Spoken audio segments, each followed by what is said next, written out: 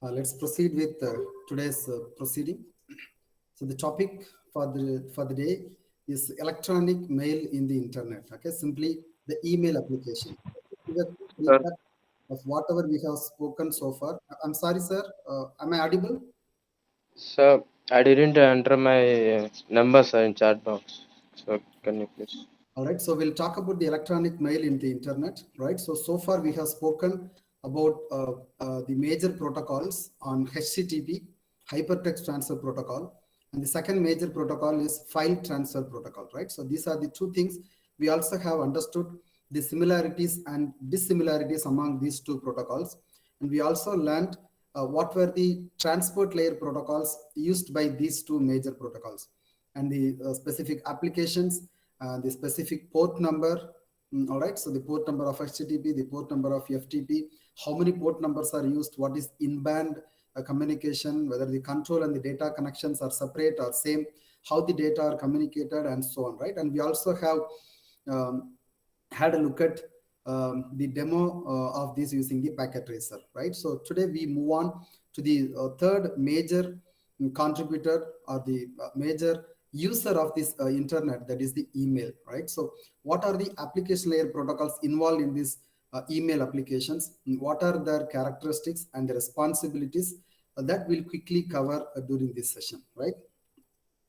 So if you probably go higher and higher and higher and see how this email application is functioning in this internet, that is going to give this view. This is almost similar to a bird's eye view of the application of email. All right. So email as such is an asynchronous communication medium, which means in the email application you don't expect the sender and the receiver to be available online. When you compare the Gmeet, right, what we are doing at present, we want the receiver as well as the sender, or the client as well as the server, how to be online, how to be synchronized, which means suppose I ask a question, you are sending a response to that. This is a synchronous one. Whereas email is an asynchronous medium, which means the sender don't expect the receiver to be available online.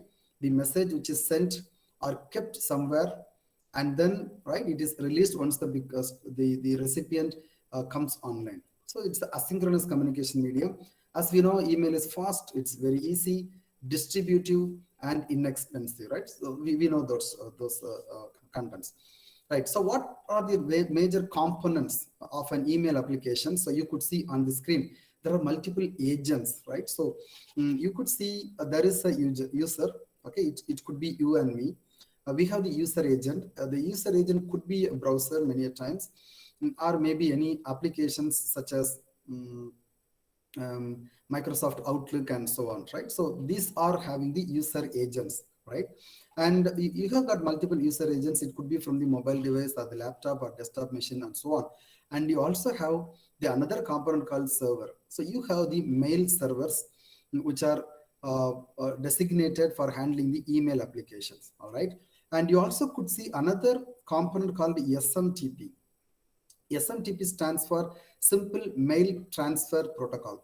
I repeat, Simple Mail Transfer Protocol. This is a major contributor for the email applications. We also are quickly going to glance on another two protocols which are contributing to the email applications. But as such, we have got the SMTP protocol appearing here. All right. So when you talk about the user agent, there are at least three kinds of agents. One is mail user agent, which means this mail user agent is an application, is a piece of code. All right. So it is having the responsibility of supporting the end users to create, probably edit the content, type in, probably delete the email, and so on. So this is the at the user side. Okay, that is called mail user agent. In other term, in short form, it is MUA. Moving on, you have got MTA, right, which are not available in a textbook, but rather you can make a note of it. MTA, which stands for Mail Transfer Agent. So Mail Transfer Agent has the major role of transferring the email content from one server to another mail server, right? So generally the Mail Transfer Agent will be available in the mail server as well as the other mail servers as well. The final one on the agent side is MDA, which stands for Mail Delivery Agent. So mail delivery agent, as it indicates, it is at the delivery side, which means at the recipient side. Who receives the email would use the mail delivery agent. All right. So you have got three major agents: mail user agent, mail transfer agent, and mail delivery agent. And we also have got the SMTP protocol for the transmission of email content from one place to another place. We also will look into what POP3 and IMAP are going to do in terms of email applications. All right. So when you talk about SMTP, probably just a background of what SMTP is. All right. SMTP is probably called as the heart of the internet, the email application. It is defined in RFC 5321. As usual, it's my appeal to read the RFC content to know more technical details about SMTP, Simple Mail Transfer Protocol. Moving on, it transfers the message or the email messages from sender's mail server to the recipient's mail server. All right. So because we should know what is the use of SMTP, because POP3 has got another role. Similarly, IMAP has got some different role. All right. So SMTP, Simple Mail Transfer Protocol's major responsibility is transfer the email content between the mail servers. Please remember that, right? So another interesting this, it's a legacy technology which is in use before the HTTP came into existence. All right. It's a legacy one. That's the reason it has got some restrictions. All right. So the restrictions are still available. It is still applicable. It restricts the body of the email, not only the title or the some other content, but including the whole of the message content is supposed to be 7-bit ASCII value. So whatever you type in, whatever the message which you are sending, whatever the content, they all are supposed to be converted into 7-bit ASCII value before they are used by SMTP protocol. Okay, there is a little bit theory. 7-bit ASCII restriction is bit of pain. That's true. It requires the binary multimedia data to be encoded into ASCII before sending over SMTP. Similarly, at the receiver side, they are supposed to be decoded after the SMTP's phase disappears from the system. All right. So because as such, SMTP can handle only ASCII. So before and after the usage of SMTP, the encoding and the corresponding decoding has to happen. That is binary to ASCII, ASCII to binary, because of the text or animation, multimedia, video or image, audio file to support all these file formats. Whereas the major difference on the HTTP is it doesn't require the multimedia data to be ASCII encoded. It takes as such. All right, you know the reason, because SMTP is still a legacy system, which is here before HTTP. All right. What's the typical scenario when you are sending an email? All right. We have spoken about the different agents, the mail transfer protocols, and so on. Right. So there are some numbers given on these graphics. Probably I would take little time to explain to you that. You got the Alice and Bob. There are two people. Alice is here, Bob is here. So in this scenario, Alice is the sender, and obviously Bob is the receiver. All right, so this Alice is using the mail user agent at his computer. As I said, it could be any application or service through which she is able to create the email in this typical scenario. Okay, so she prepares the email content and sends it. Now, from this Alice agent, the content has to be delivered to Alice mail server. For instance, the Alice mail server could be gmail.com, Gmail server, and Bob's mail server could be Yahoo. Just for instance, I'm taking it. All right, so Alice agent is supposed to take this message content and push it to Alice mail server, okay, in the Gmail server, where a space is available for Alice and the email is stacked. Okay, the protocol which is involved here to transfer the mail content from Alice to Alice mail server is your SMTP. All right, and then the mail has to be transferred to the Bob's mail server. The reason is, you can straight away say from the Alice mail server, the content can be directly given to Bob's mail inbox. Okay, but many a times, most of the time, I would say that is not practically possible. The reason is, we have already said email application is an asynchronous communication, where the receiver and the sender need not be available on time during the time of transmission. All right, so if you expect the Alice mail server to push the content directly to Bob's mail inbox, the Bob, no, his inbox, his laptop or the desktop has to be always on. Then only it can hold the space. All right, but that is not practically possible. That will take away the benefit of email service. All right, so that's the reason we have another server where the Bob's email is connected with. So in this case, Alice is sending, for instance, Alice at gmail.com, and she's sending an email to Bob at yahoo.com, for instance, right? Now, this mail has to be transferred between the mail servers. And again, you got your SMTP protocol coming into help. All right. So there are two occasions in this scenario. Here as well as here, you got this simple mail transfer protocol in action. And then once the mail is transferred to Bob's mail server, Bob's mail server is not pushing. It doesn't push the mail content to Bob's inbox.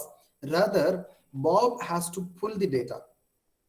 Okay, this is something interesting. Okay, Bob has to pull the data. All right, once he is pulling the data from the Bob's mail server, the content will go to Bob's client agent. Okay, it could be the mail delivery agent which is running here. All right, so and the major protocol which is appearing here is POP3. POP3 stands for Post Office Protocol version 3. And the other protocol is IMAP, Internet Mail Access Protocol. These two are very simple but interesting protocol, which I'm going to give you as the self-study at the end of the session. All right, so this is the overview of what's happening in your SMTP. All right, so typically there are some steps which are involved, which I'm reading for you. That will be really helpful. All right, don't worry about the image on the left-hand side. That is just a replica of what I have shown in the previous screen. Initially, the client SMTP, all right, has a TCP to establish a connection at port number 25. So this indicates that SMTP uses port number 25. To quickly recall, what about HTTP? HTTP uses port number 80. FTP, File Transfer Protocol, is using two port numbers, 20 and 21. Okay, 20 for the data connection, 21 is for the control connection. And then you got the SMTP, Simple Mail Transfer Protocol. It uses port number 25. Please remember, it again uses TCP at the transport layer. So that's what you can infer from the first line. So client SMTP has the TCP to establish a connection at port number 25. So the server will be, if it is configured at port number 25, it will be waiting for the connection to be established. Okay, that's a server. You got the client which is connecting to port number 25. Okay, if the server is down, probably the client tries again later. That is a different story. And then after this connection is established, now there is an application layer handshaking or introducing each other is happening. All right, this is very similar to how the human are interacting each other, right? So the server and the client perform some application layer handshaking, which we are not going to cover in this topic. So during this, the SMTP client, okay, the client is the SMTP client is the agent which takes up the message from the user and pushing to the SMTP server. Okay, indicates the email address of the sender and the recipient, and then the client sends the message. Okay. Then the SMTP uses the TCP. That's what I said. It uses reliable data transfer service, because when you talk about the TCP is known for reliable data delivery, reliable data service, all right, to get the message without any error, because TCP takes care of these errors as well. And then the client repeats this process over the same TCP connection if it has another message to send to the server. Otherwise, the TCP is closed. All right, so it is the application layer protocol SMTP which uses the TCP, transmission control protocol, to establish the connection. Every communication is taken care by the TCP. SMTP is not going to worry about it. TCP will take care of the error-free, loss-free communication. And then once everything is done, again SMTP instructs the TCP to close the connection, which means terminate the connection. So this is a typical example. All right, so you all are using this email every day, every other day.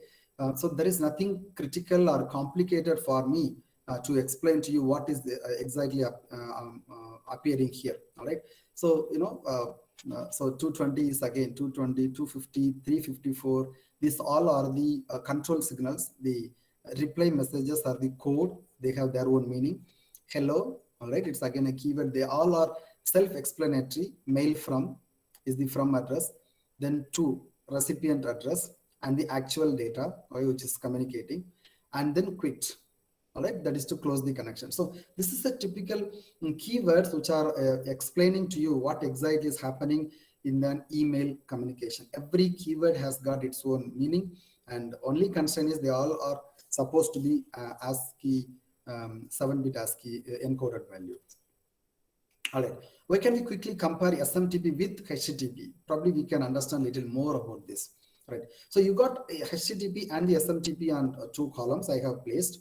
All right, so you have got two different variants, okay, persistent and non-persistent TCP in the case of HTTP, whereas in SMTP it is using only persistent TCP, because we have seen in one of the points that if the SMTP client has more data or more emails to be sent to the other side, it uses the same TCP connection for sending the message. Once all the messages are exchanged or sent to the recipient server, I'm sorry, the mail server, the TCP connection is closed. All right. Then HTTP is a pull protocol, whereas SMTP is a push protocol. Okay. Have I made it right? That's true. All right. POP is a pull one. Okay. So what happens in the case of SMTP? As soon as you send the mail, just send. Whether the SMTP server likes it or not, whether the email server likes it or not, it is just pushed into the email service. So it's a push protocol. Then it accepts binary, whereas SMTP accepts only 7-bit ASCII, we have just seen. And another one is in every of the response, all right, only one object is embedded. You know what is an object? It could be an image or audio, whatever may be the file. It could be even text file. So per response, there is only one object, whereas in SMTP, multiple objects can be encoded into a single message. When you're sending an email, if it contains two PDF file, one text file, and one audio file, all are encoded into a single file. And then, of course, they are encoded into binary 7-bit ASCII value before they are sent. Okay. In HTTP, every object is encapsulated in its own HTTP message. But here, as I said, it places all the message objects into a single message. Okay. That is what happening in the case of SMTP and HTTP. What could be the common? Yeah, commonalities. They both use TCP protocol. They both follow a client-server architecture. And they both need the reliable data service from the transport layer. And occasionally they are also used for sending the files and receiving the files. All right. So both are having such common characteristics. You also could see some differences among them. Then comes the mail access protocols. The two major mail access protocols are, okay, the slide, the screen is clear. Okay, we are coming back. In the one of these images which we had, this was not shown. All right, so you have got POP3 and IMAP. These two are for delivery of the messages into the recipient side. Okay, Bob's user agent, this is the Bob, cannot use SMTP to obtain the message, because obtaining the message is a pull operation, whereas SMTP is a push protocol. Okay, so SMTP is a push protocol, you cannot use it. All right, so what does it mean? Very simple, sir. As soon as you log in into the email, then only your inbox, the content is delivered into your inbox. Okay, for example, you haven't opened your email for 5 days. Okay, so what happens? Those 5 days, the content is not at all pushed inside your inbox. All right, so once you open the machine, once you give the username and password, then it is delivered to your client machine. You got it? Similarly, when you are having the mobile app where the Gmail is configured, because the Gmail is always synchronizing. If you don't synchronize, it is not going to make a request at all to the email server. None of the mail will be downloaded to your mobile device, because you have made it sync by default. Every certain amount of time, periodically, it sends the message. All right, it is pulling the information, the messages to the inbox. All right, so SMTP cannot be used. Hence, we are using POP3 or IMAP. But I'm not going to deal with IMAP a lot. All right, I leave POP3 and IMAP to be part of your self-study. All right, very simple thing, hardly 1.5 page. Please read and understand what is the specialty here. But let me tell one hint here. IMAP has got a very good functionality compared to POP3 in terms of arranging your emails as the directory base, and deleting the emails also a little bit sophisticated here. All right, so these two I want to give as a hint. Rather, the rest of the content you can read and understand how these two are. All right, where are we now? We have started talking about the application layer protocol. We have completed HTTP. We are done with file transfer protocol with demonstration. SMTP, I have helped you in understanding. POP3 and IMAP, I have left to you to be part of self-study. All right, so probably in the next class, we'll start talking about the domain name system, Internet's directory service, very interesting protocol. So please be ready to know more about this DNS. So what am I going to do now? Probably I have got the packet tracer tool once again, where I will demonstrate to you, all right, so how this email application is functioning. All right, you know that, but it's better if you could just visualize what's happening. All right, so in the meantime, one of you asked for something. Can you raise? One of you said you could not type in your register number. Yes, sir, Amit, sir. Amit, can you type in it now? Okay, sir. So like they're cutting trees in my area, so they have cut the power. So I have joined. I have joined at 9:10, so because of my Wi-Fi issues. Can I type it now? I'm sorry At to the hear time, that. actually, Now. Yeah. Arsha Anna like I Daniel, have I raised never my told you hand. to type in your Arsha Anna, I never told you to type in register number. Sir, I said, sir, my network was poor, so first I couldn't enter into the class. Okay.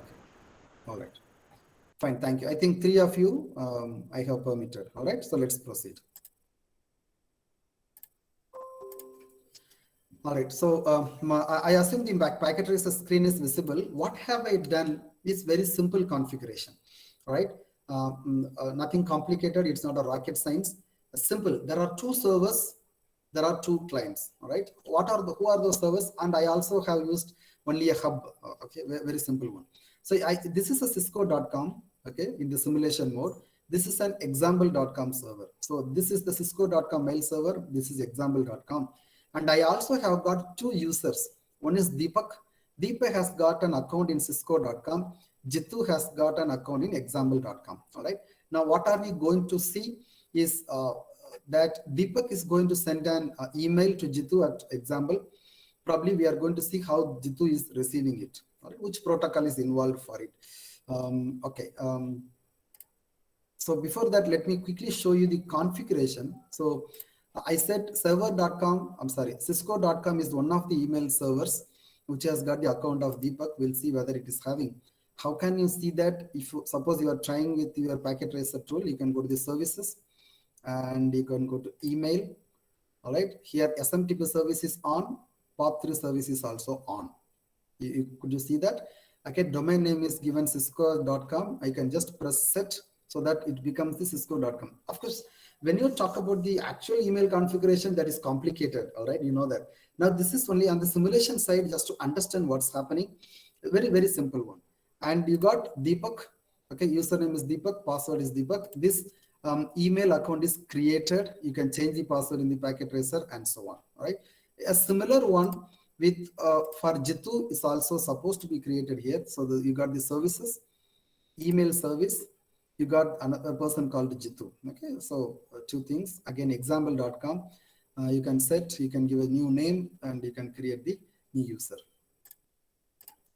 All right. Now let's go to this Deepak.com. What am I trying to do is sending an email to Jitu at example.com. Let me see whether I can seek the help of the simulation. I need, I may need DNS. Yes. Then I need HTTPS POP3,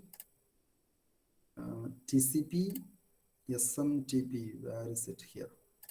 Yeah, I need these protocols at least. Okay, so I'm going to visualize DNS, POP3, SMTP, and TCP here. So I go to Deepak at cisco.com. I'm going to send an email to Jitu at example.com. So I go to the desktop and I got an email application here. Okay. Some of the mails have been already sent and received. Let's not bother. I'm going to compose the mail. I'll go to real time first. That will be easy. So that we can check whether it's working correctly. Otherwise, I have to correct it. Yeah, you also has to do some configuration here. Okay, this is configuring your client side agent. Okay, incoming mail server is cisco.com, outgoing mail server is cisco.com, email is this, username and password is also given. All right, so I don't make any change there. I go to the compose. This is to write the email. I write to Jitu, Jitu at example.com.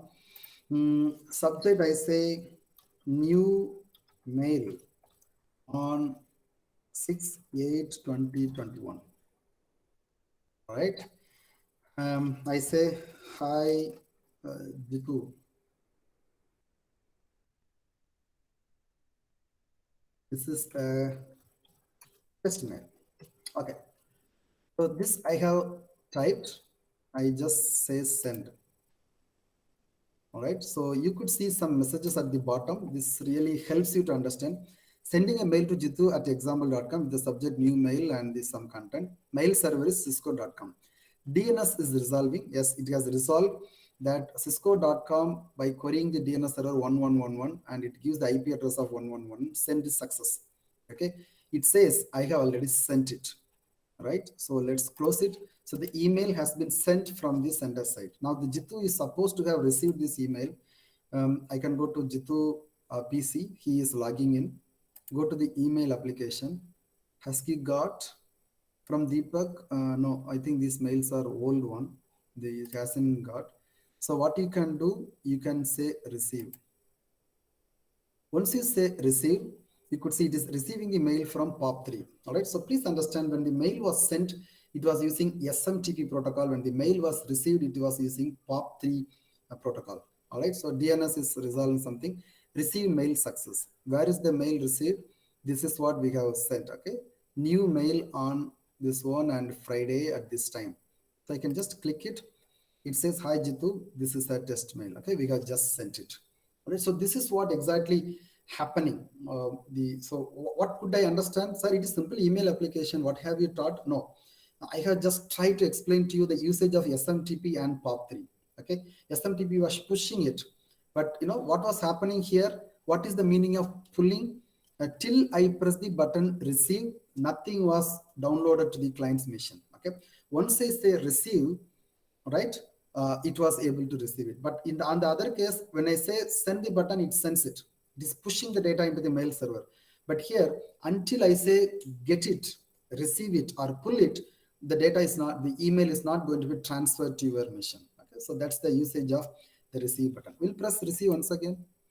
No more new mail. Okay, so nothing new. So this is done. All right.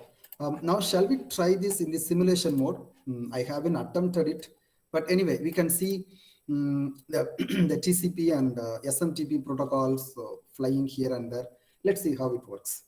Right. So for that, probably, yeah, I'll send an email from Jitu. I go to compose the mail to Deepak at cisco.com. And the subject is reply mail to test. Okay. Then I say hi. This is simulation mode. Okay, I just say, and I press send. As soon as I press send, it is trying to resolve the DNS. You could see the DNS is running. I can say on top. So we can see whether something is moving here. And I put it here. I say go. Because it's a hub, don't worry, the packets will be lost, no problem.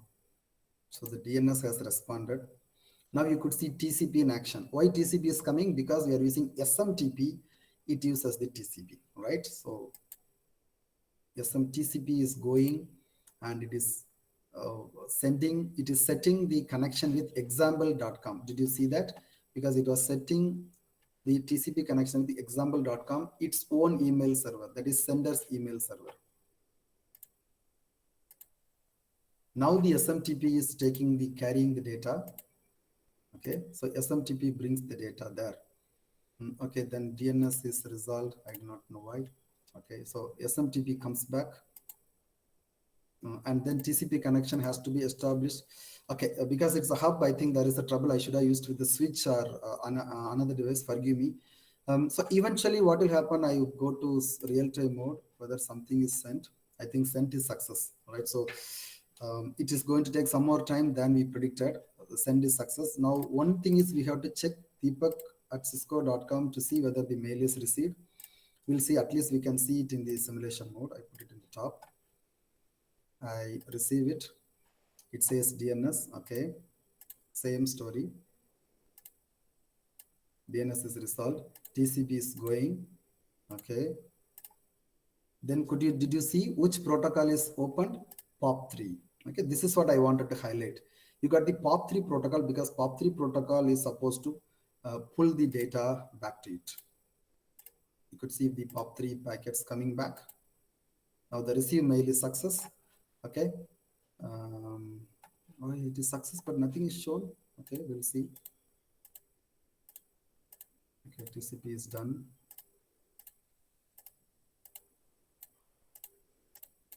Okay, so this will again make some trouble.